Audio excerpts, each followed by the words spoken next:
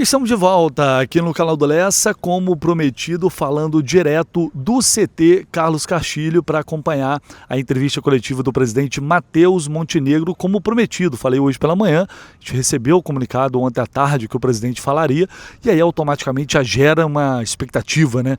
Será que teremos um anúncio importante? Será que é uma novidade sobre SAF, algo específico sobre contratações?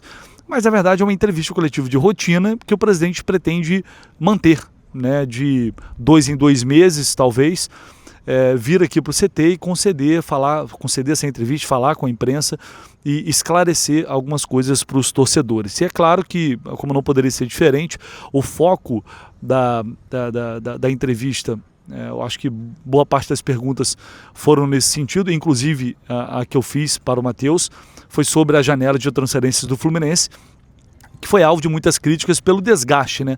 Na verdade, nessa luta, nessa busca por um camisa 9, muitas negociações foram abertas, algumas, quase todas, acabaram, né, não dando certo, até surgir novamente a possibilidade do Castilho, e aí o Fluminense fechou essa janela fazendo uma operação de mais de 60 milhões de reais, contratando o Castilho por um valor altíssimo, maior contratação que o Fluminense já fez, elevando ainda mais os gastos nessa janela, mas que acabou gerando antes um desgaste, uma frustração, porque o clube negociou com jogadores expressivos, né? O Hulk, como o Buanga principalmente.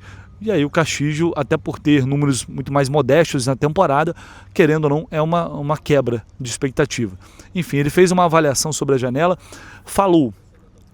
revelou uma coisa importante sobre scout. O Fluminense, que a torcida de uma forma geral, muita gente critica o scout do Fluminense, o departamento de scout, que é comandado pelo Ricardo Corrêa, e o Ricardo Corrêa vai deixar o scout do Fluminense para ser um diretor de planejamento, o cargo que o Fred ocupava anteriormente, e o Fluminense vai contratar um novo profissional para comandar o scout. E aí fica a dúvida para saber quem será que esse profissional, qual será esse profissional que o Fluminense vai buscar no mercado, na janela. E se o Fluminense contratou muito, não para de passar helicóptero, como já é tradicional no CT Carlos Castilho, se o Fluminense contratou muito, provavelmente vai ter que vender no meio da temporada. E vender está, sim, nos planos da diretoria. Inclusive o Matheus chegou a falar em 200 milhões de reais em venda, ainda na próxima janela, agora janela do meio do ano. O clube recebeu algumas propostas para alguns jogadores, nem todas foram reveladas, né, mas algumas vieram à tona. Já até falei aqui recentemente que a tendência é o Bernal, que teve aquela proposta do Betis, o Fluminense acabou não aceitando, é muito provável que o Bernal receba uma nova oferta, uma nova proposta na próxima janela. O Martinelli já recebeu várias propostas, não sei se várias, mas algumas propostas, todas abaixo do que o Fluminense quer. Enfim, são dois jogadores que estão certamente dentro dessa possibilidade de negociação no meio do ano. Resta saber se os valores vão atender, mas o Fluminense precisa cumprir um orçamento. Inclusive esse orçamento já era para ter sido divulgado, e aí dentro desse orçamento a gente vai ter uma noção exata de quanto o Fluminense precisa ou quer arrecadar em termos de venda. E mais, o Matheus já falou, 200 milhões não é um valor, não é qualquer valor, é um valor alto, e o clube vai ter que fazer bons negócios aí para conseguir bater essa meta. Não necessariamente vai chegar lá, mas enfim, o Riquelme, por exemplo, que era outro garoto da base, né, que é um cara que surgiu com um potencial enorme de venda, agora não tem jogado mais, né, não tem estado nas relações por N motivos, e isso obviamente não deixa de ser também uma quebra de expectativa, no sentido de ser um jogador que você poderia tecnicamente aproveitar ele no time e depois realizar uma grande operação. Enfim, eu separei aqui um trecho mais importante, relevante, do que o Matheus falou nessa entrevista coletiva, inclusive a resposta sobre a questão da janela. Vou trazer esse trecho aqui para você que não assistiu a coletiva, nem todo mundo teve a oportunidade de assistir a entrevista coletiva inteira. Então vou trazer esse trecho aqui. Quem já assistiu ao coletivo, não tem problema, pode passar e a gente volta com mais informação aqui na sequência da fala do Matheus. Não, o Fluminense não descarta nenhum nome de um grande jogador. A gente fechou agora, como as principais janelas estão fechadas, a gente não tem a pretensão de trazer mais nenhum jogador por agora. No meio do ano tem uma nova janela e lá tudo pode acontecer. E assim, qualquer clube de futebol no Brasil, ele tem uma parte da receita importante que vem da venda de atletas, né? O Fluminense foi assim nos últimos anos e vai ser assim porque é assim que funciona no futebol mundial, especialmente no futebol brasileiro. Então, no orçamento lá tem uma previsão de pouco mais de 200 milhões de venda de jogador. Essa não é... Enfim, aí você pode olhar que a gente sempre vendeu jogador aqui, tem uma exceção que foi o ano de 2023, que a gente tomou a decisão como gestão de não fazer nenhuma venda, priorizando ali a Libertadores, até porque a maior proposta que a gente tinha recebido era do André, e naquele momento ele era um pilar do time, e a gente entendeu que se tirasse o André, o clube ficava muito fragilizado. Mas, enfim, o nosso planejamento aqui é de cumprir o orçamento, certamente vão ter propostas no meio do ano, a gente vai analisar e decidir se são boas propostas ou se não são. Algumas saíram na imprensa, outras não, mas o Fluminense já recebeu algumas propostas esse ano e a gente optou por não aceitar. E se no meio do ano chegarem propostas que sejam melhores do que aquelas que a gente recebeu no início do ano, se a gente achar que seria boa venda, etc., pode ser que saídas ocorram e aí pode ser que por isso também a gente tenha que trazer novos jogadores. Então aqui é muito dinâmico, né? As coisas mudam todos os dias. A gente, na janela de meio do ano, pode trazer algum jogador, mesmo mantendo o time atual, pode fazer vendas e trazer jogador para recompensar essas vendas que foram feitas. Então, tudo pode acontecer, mas a gente trabalha aqui com um orçamento. Esse orçamento ele é feito para a gente ter bem delineado assim, o que a gente espera de ter de despesas esse ano e de arrumar receitas para compensar essas despesas. Eventualmente, se a gente não chegar nesse número de venda de jogador, a gente pode compensar essas receitas com alguma outra, como por exemplo de premiação, porque as premiações são feitas de uma maneira conservadora, e aí foi nisso que a gente apostou em 2023, de compensar o que a gente tinha planejado de venda de jogador pela premiação. Infelizmente deu certo, porque a gente saiu daquele ano campeão da América. Eu concordo que a janela foi bem maluca, assim. Uma parte, por todas as mentiras que saem na imprensa todos os dias, eu acho assim, cara, que quem eu fico assim, com pena assim, é do torcedor, né? Que fica lendo notícia o dia inteiro, sendo a maioria mentira, aí vai ficando ansioso, nervoso, e aí vai perdendo a paciência, e com razão, porque hoje em dia você tem o fenômeno da internet, o cara tem 20 informações por hora, né? E aí, assim, como é que funciona uma negociação? Gente, é muito simples, assim, é como você negociar qualquer outra coisa. E toda negociação tem idas e vidas a todo momento. Então, assim, você faz uma reunião, eu mudo uma coisa, depois tem uma ligação, tem outra. E agora o que boa parte das pessoas que trabalham com a internet querem fazer é noticiar absolutamente cada passo do que acontece. Então, assim, eu acho que a gente vai estar chegando num caminho que não tem muita solução, assim, só se tiver uma câmera do Big Brother aqui dentro e para saber, ó, ligou para não sei quem, agora atendeu, agora desligou, agora foi assim, porque é assim que estão tentando fazer de fora para dentro. Eu acho que isso faz com que o torcedor fique realmente irritado, incomodado e que ele entenda que tem uma demora. Só para te dar um exemplo, a contratação do Marcelo, ela demorou muito mais que as outras que a gente fez agora. Só que na parte do Marcelo, nada vazou. Então o torcedor ficou zero apreensivo e zero ansioso, porque ele não sabia. Um dia ele foi anunciado. A do Thiago Silva foi a mesma coisa. Ela demorou muito mais do que essas que estão aqui. E aí, só que como assim, a gente tem a possibilidade de vazamento do outro clube, do próprio atleta, do empresário do atleta, acaba que a gente não controla. Da nossa parte, e alguns de vocês até ficaram chateados durante a janela, assim, da nossa parte não saiu nada. Porque a gente acha que essa é a melhor forma de fazer o negócio.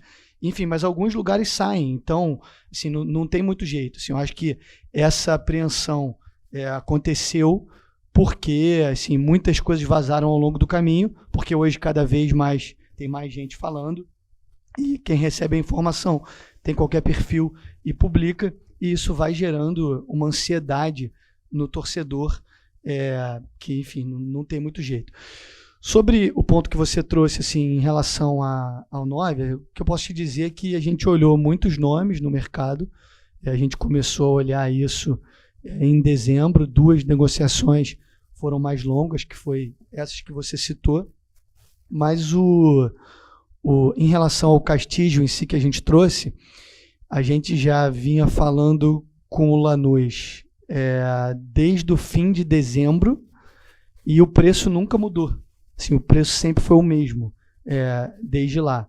E por que a gente não fez quando a gente recebeu o primeiro valor do Lanús? Porque, enfim, a gente estava olhando outras opções, né? Então, olhando outras opções, olhando o que o jogador pode entregar e olhando também quanto a gente iria gastar. E é por isso que demorou, mas não teve absolutamente nenhuma alteração do valor desde a primeira conversa até a última. Inclusive, o presidente do Lanús brincou quando esteve aqui antes da final contra o Flamengo e falou, pode ficar tranquilo que se ele fizer 3 ou 4 gols hoje, como ele fez no último jogo, 3 e 2 foram anulados, né? E ficou com 1, não importa o que ele vai fazer hoje, o valor vai ser o mesmo que eu dei para vocês em dezembro. Então, enfim, isso aí é apenas mais uma ilação que é feita de que o valor foi acima por conta do desempenho dele na final e porque estava perto do fim da janela. Isso nunca aconteceu, o valor foi o mesmo desde o começo e a gente está satisfeito aqui porque hoje nós temos atacantes de características distintas, né? Tem o John, tem o Cano e tem o Castillo, que é um jogador mais alto, um jogador que é focado na bola aérea, no pivô. Então hoje acho que a gente tem um elenco que tem jogadores de características distintas e que vão nos ajudar muito ao longo da temporada. Tá aí a declaração do Matheus Montenegro. É um fato que hoje as coisas mudaram muito no sentido da comunicação, tudo é muito imediato e a gente sofre isso também, a gente na cobertura, porque a gente tem que estar atrás de informação o tempo inteiro, sai notícia o tempo inteiro, então a gente tem que parar, deixar tudo que está fazendo para correr atrás, para apurar. Não foi fácil, por isso eu até brinquei na coletiva falando que foi uma das janelas,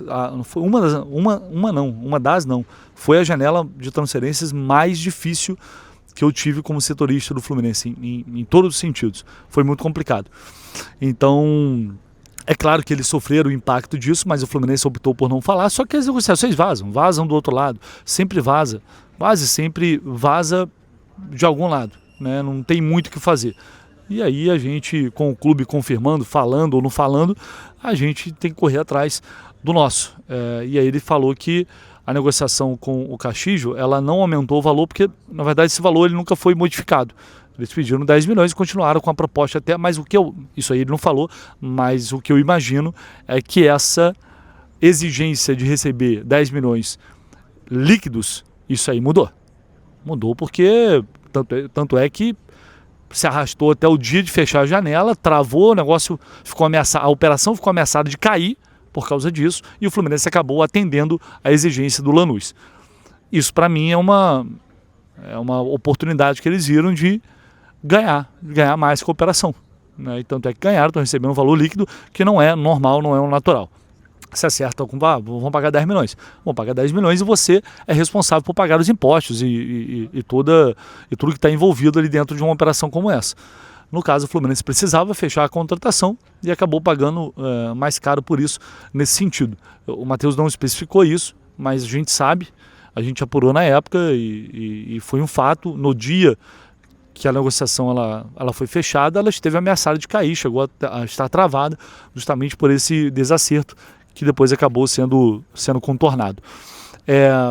Ele também comentou sobre a saída de Santi Moreno, que está já acertada.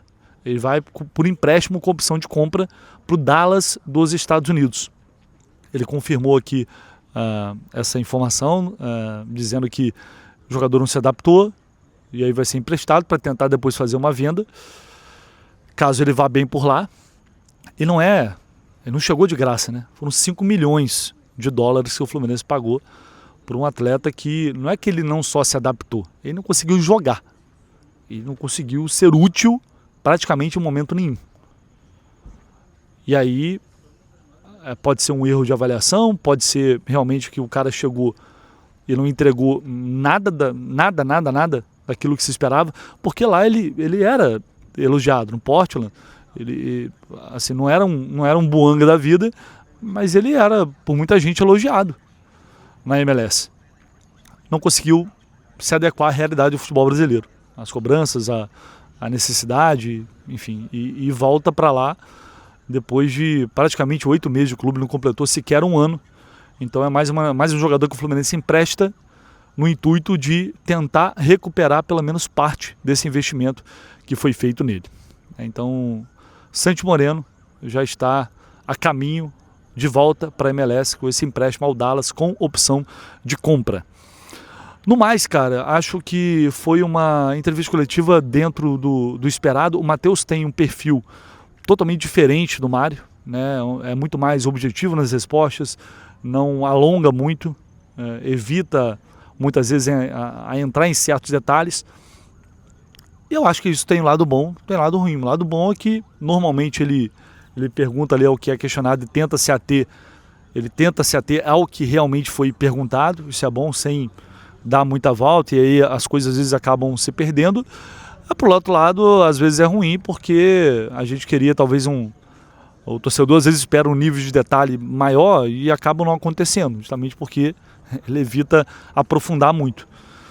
Acho que pelo tempo que a gente fica sem uma entrevista, sem falar com o presidente, acaba gerando uma expectativa muito alta de que muitas coisas vão ser reveladas ou que as perguntas não são as mais devidas. Só que o Matheus, assim como qualquer presidente, ele está preparado para qualquer pergunta, e se tiver que desviar um pouco o foco daqui e dali e conduzir para a narrativa do clube, que é obviamente o normal, porque está ali para defender o dele, ele vai estar preparado para qualquer tipo de questionamento.